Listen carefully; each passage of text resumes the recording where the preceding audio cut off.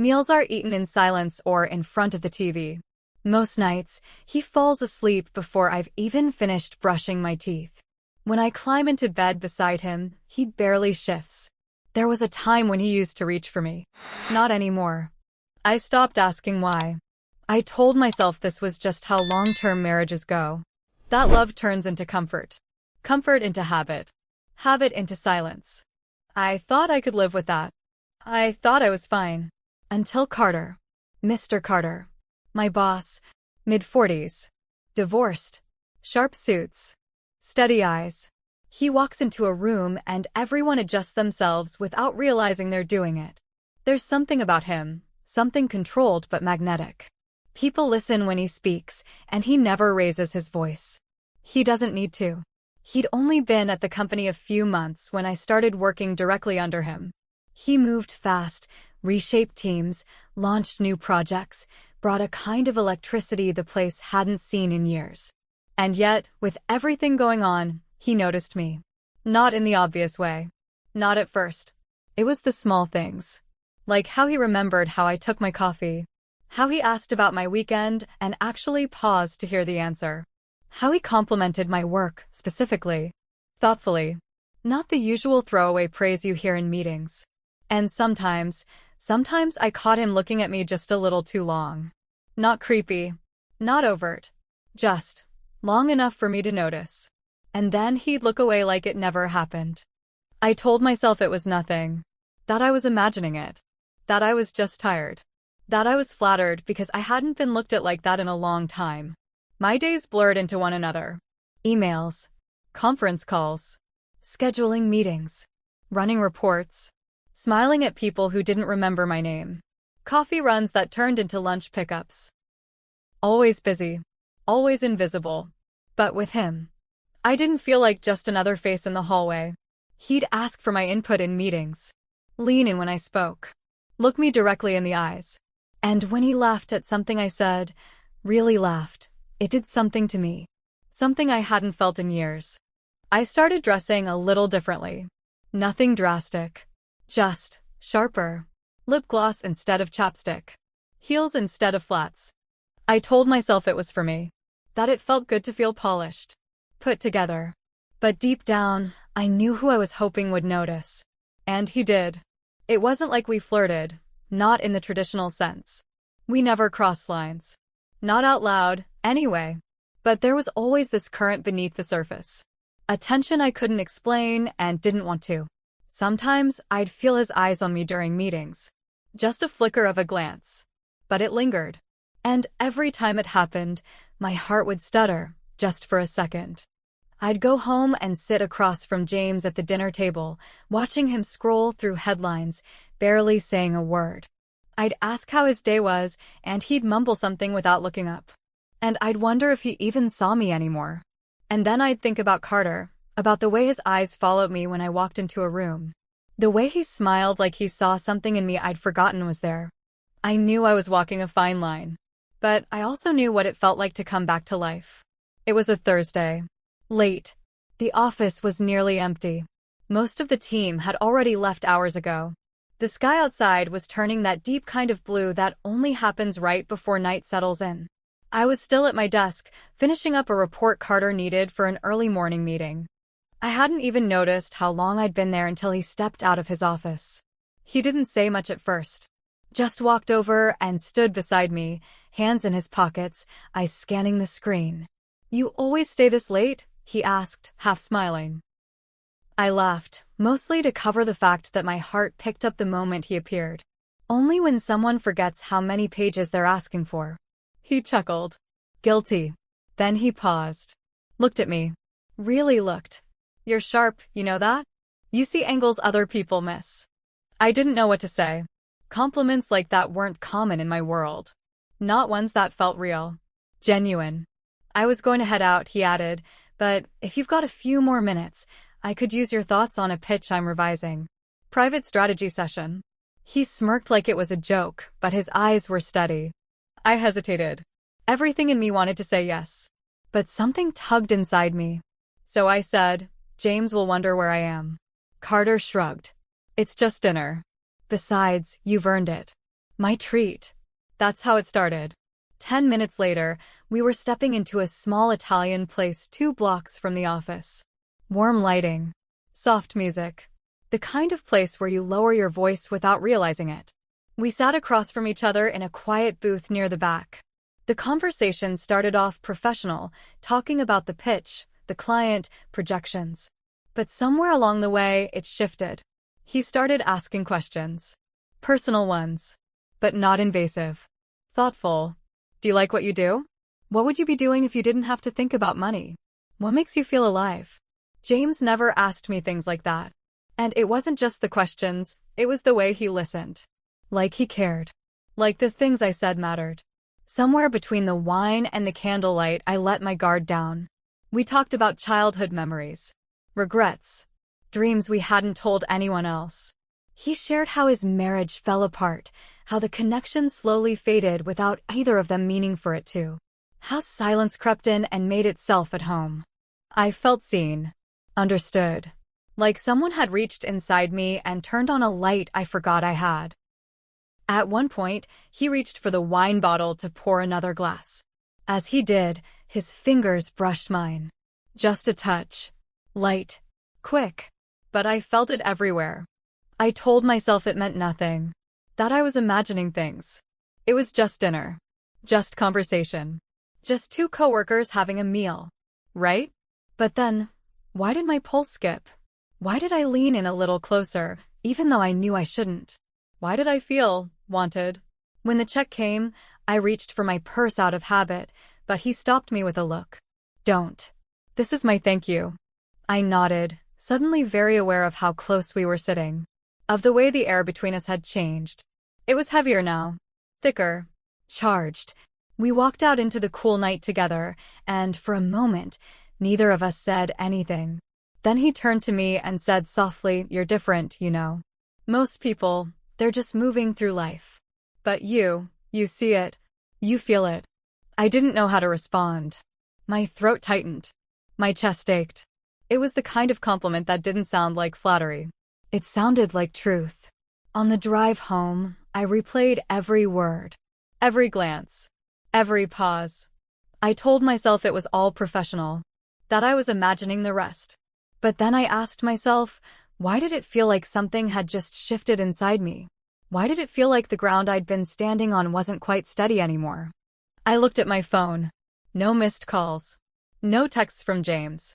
Just silence. And somehow, that hurt more than anything else. It had been months, maybe longer, since James looked at me like I mattered. I don't mean in a dramatic way. I mean in those little ways. Those moments where someone's eyes linger just a second longer than they need to. Where you feel noticed. Wanted. Like you're still someone in their eyes. With James, those moments had stopped a long time ago. And I hadn't even realized how much I missed them until Carter reminded me what they felt like. I sat in the car that night, parked in the driveway for longer than I should have, staring at the porch light James had probably turned on out of routine. Not for me. Not because he was waiting. Just habit. Like everything else between us. I felt this weight in my chest, a mix of guilt and something else I couldn't quite name. I kept telling myself, nothing happened. It was just dinner. And it was. Technically. But why did it feel like something had happened? Like something had opened inside me and couldn't be closed back up? I walked through the front door. James was on the couch, TV remote in hand, eyes glued to the screen. He glanced at me, barely, and mumbled, "Hey, you're late." I told him I stayed back at work, grabbed a bite on the way home. He nodded and turned back to the TV. That was it. No curiosity. No questions. No noticing the subtle shift in my voice. The change in my energy. Just silence. I went upstairs and stood in front of the bathroom mirror. My lipstick had faded. My eyes still held the trace of something warm, something I hadn't seen in a long time. I looked alive. And that's what scared me. Because I hadn't realized just how numb I'd become. How much of myself I'd buried just to keep going. There was a time when James used to touch the small of my back in the kitchen, just because.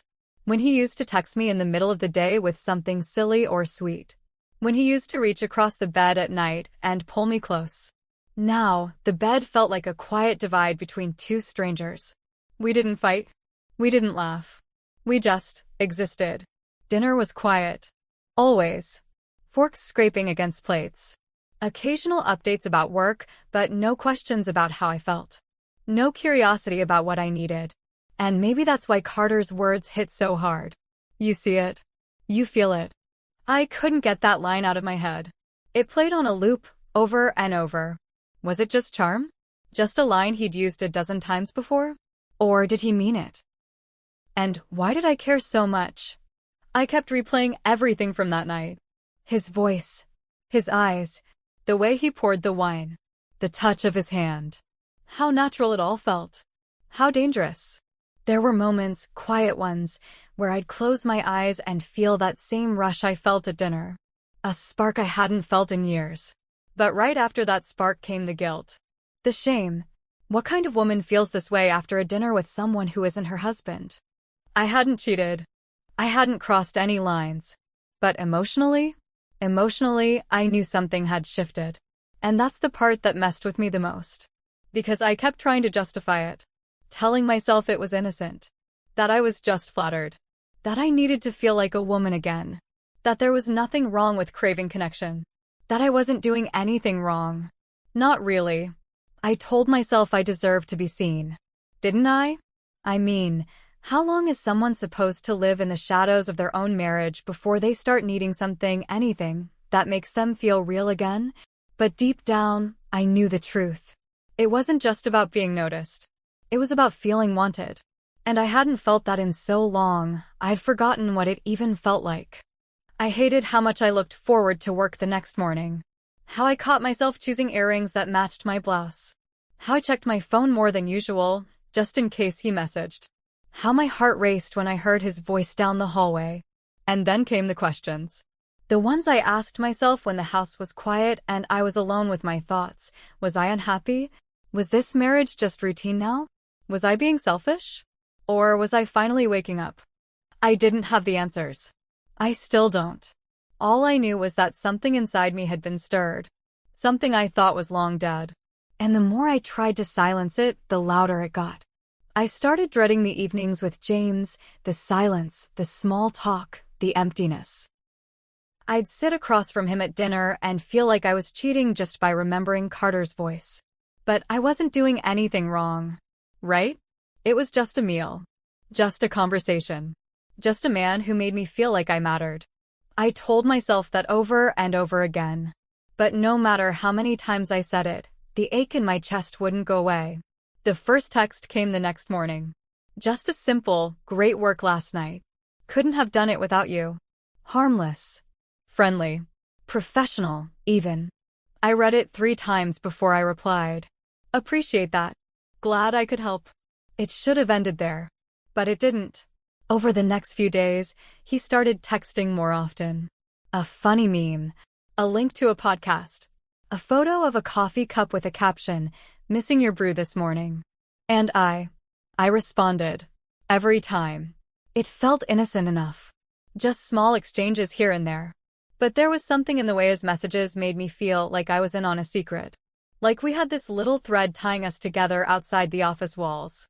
Then the messages changed. They became more personal. More vulnerable. He started telling me things. About his divorce. How it was slow and painful. How he didn't even realize how lonely he'd become until the silence in his house started echoing. He said he missed companionship. Real connection. Someone to talk to at the end of the day. I didn't know how to respond to that. But I told him I understood. Because I did. Too well. We started texting late into the night. Sometimes past midnight. I'd be lying in bed beside James, phone glowing under the covers, heartbeat louder than the words on the screen. I started dreaming about Carter. Not sexually at first. Just dreams where he was there. Laughing, talking, looking at me like I was something beautiful. One day, he called me into his office. Closed the door behind me. Said he wanted to talk about a client presentation. But before he did, he reached into a drawer and pulled out a small box. A deep navy blue, wrapped in a silk ribbon. He handed it to me without saying a word. Inside was a delicate silver bracelet. Minimalist. Elegant. Not too expensive, but thoughtful. Intentional. For all your hard work, he said, softly. You've gone above and beyond. I stared at it, then at him. I managed a quiet, you didn't have to. He smiled. I wanted to. I didn't know what to make of it. It wasn't too much. But it wasn't nothing either. Was I reading too much into this, or not enough? I wore it the next day. I told myself it was just jewelry. Just a gift. But the way he looked at it on my wrist, like it meant something, sent a shiver through me I couldn't shake. Then came the retreat. A weekend work getaway at a lakeside resort. Team building, presentations, networking. But by Saturday evening, everyone had loosened their ties and found their way to the bar. I was nursing a glass of wine alone, scrolling through my phone, when I felt his presence beside me before I even saw him. Mind if I sit? He asked. I shook my head, smiling before I could stop myself. He ordered us both drinks, even though I hadn't asked. We started talking. About nothing, really. Work. People. Funny stories from the office. But somewhere in the middle of his second drink, the air between us shifted again. He leaned in closer. Close enough that I could smell his cologne, warm and familiar. Close enough that his voice dropped, quieter now. You know, he said, his eyes locked on mine, you deserve more than what you're settling for. I froze. Those words, they hit something deep inside me. Something I'd tried so hard to keep buried. I felt my breath hitch. My skin burn.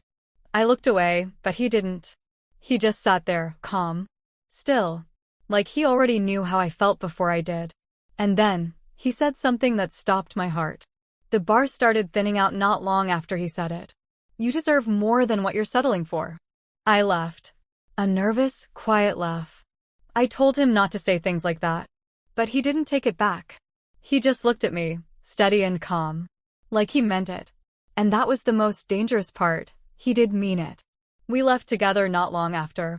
Walked in silence through the hallways of the resort. Carpeted floors, soft lighting, the low hum of quiet all around us. It was late. Most of the others had gone to bed. Everything felt still. But inside me, my heart was thudding so loud I was sure he could hear it. We reached my door. I stopped. Turned to face him. There was a long pause. He looked at me for a moment, then said, without blinking, without hesitating, I have a proposition. I swallowed. I already knew what was coming. I felt it before he spoke. One night. No strings. Just honesty. And there it was. Laid out like a quiet offer. Not pressure. Not manipulation. Just a choice. My breath caught. I could feel my pulse in my ears. Everything around us seemed to fade, the walls, the hallway, the world. It was just me and him. And the space between us. I didn't answer. I couldn't. Time felt like it stopped moving. I looked at the door behind me, then back at him. My mind was spinning. Was this the moment I crossed the line? Or was this the moment I finally chose myself? I could hear James's voice in the back of my head. Not saying anything specific. Just the sound of him. Familiar. Distant. And I thought about all the nights I'd laid next to him feeling like a ghost in my own marriage. I thought about all the times I'd cried silently in the bathroom, wiping my face before going back to the table. About how many smiles I faked. How many times I told myself this was just what love turns into. And then I thought about Carter. About how he made me feel seen. Heard. Wanted. Even now, he wasn't begging. He wasn't pressing. Just waiting. Waiting to see what I'd do with the moment. I reached behind me. My fingers found the keycard. Slid it into the lock. The door clicked open. I stepped back. Pushed it open slowly. And then, I didn't say a word. I didn't need to. I just looked at him, and I let the silence speak for me. Then I closed the door. Slowly, but not all the way. And in that tiny sliver of space, everything changed. Fade to black. When I got home, everything looked the same. The dishes were stacked beside the sink. The living room light was still on. James had fallen asleep on the couch again, remote resting on his chest, mouth slightly open. It should have felt familiar. safe, but it didn't. It felt like walking into someone else's life. I stood there in the doorway for a long time, just staring at him. The man I married. The man I thought I knew. The man who never asked where I was, or why I was quiet, or what I was feeling. He stirred slightly and mumbled something I couldn't make out, then rolled over. I walked upstairs, undressed in the dark, and slipped into the shower.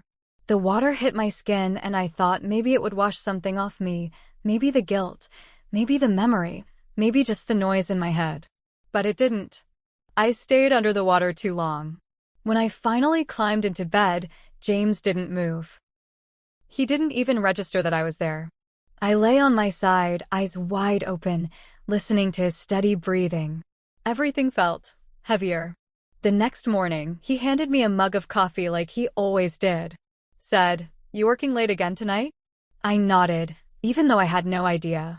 He didn't press. Didn't look at me too long. Just turned back to his paper and took another sip. That was all. But the space between us felt louder than it ever had before. When I got to the office, Carter was already there. In his usual place. Calm. Composed. Like nothing had changed. He didn't look at me right away. Didn't speak to me until our paths crossed by the printer. When he did, he just smiled. Not wide. Not obvious. Just enough. Enough for me to know he hadn't forgotten. That he remembered every second. And just like that, my entire body flushed with heat and panic and something I didn't want to name. He didn't say a word. He didn't need to. The silence was louder than anything he could have said. The rest of the day, I moved through the office like I was made of glass. Fragile. Breakable. On display. Every interaction felt like I was being watched. Every step felt deliberate. Every word, too careful. I couldn't focus. I couldn't breathe the same way. It was like my skin didn't fit right anymore. That night, while James was watching the news and I was folding laundry in the bedroom, my phone buzzed. A single message. "Thank you for trusting me, Carter." I stared at the screen, my heart pounding in my ears. I read it once. Then again. My thumb hovered over it for a long time. Then I deleted it. But my hands shook for minutes afterward. Because no matter how fast I erased it from my phone, it was already burned into me. I kept asking myself the same question over and over. Did I betray my husband, or was I already betrayed by his absence? I mean, what even counts as betrayal anymore? Is it a moment? A night? A choice? Or is it the years of silence that come before it? The slow erosion of intimacy, of being looked at but never seen? Because if we're being honest, I don't know when James stopped seeing me. I don't think he ever meant to hurt me. I don't think he even realized it was happening. We just drifted. Slowly, quietly. The way people do when life gets too loud and emotions get too quiet. And yet, I still feel guilty. Guilt that clings to me, even in the moments I feel justified. Guilt that won't let me sleep, even when I remind myself that technically,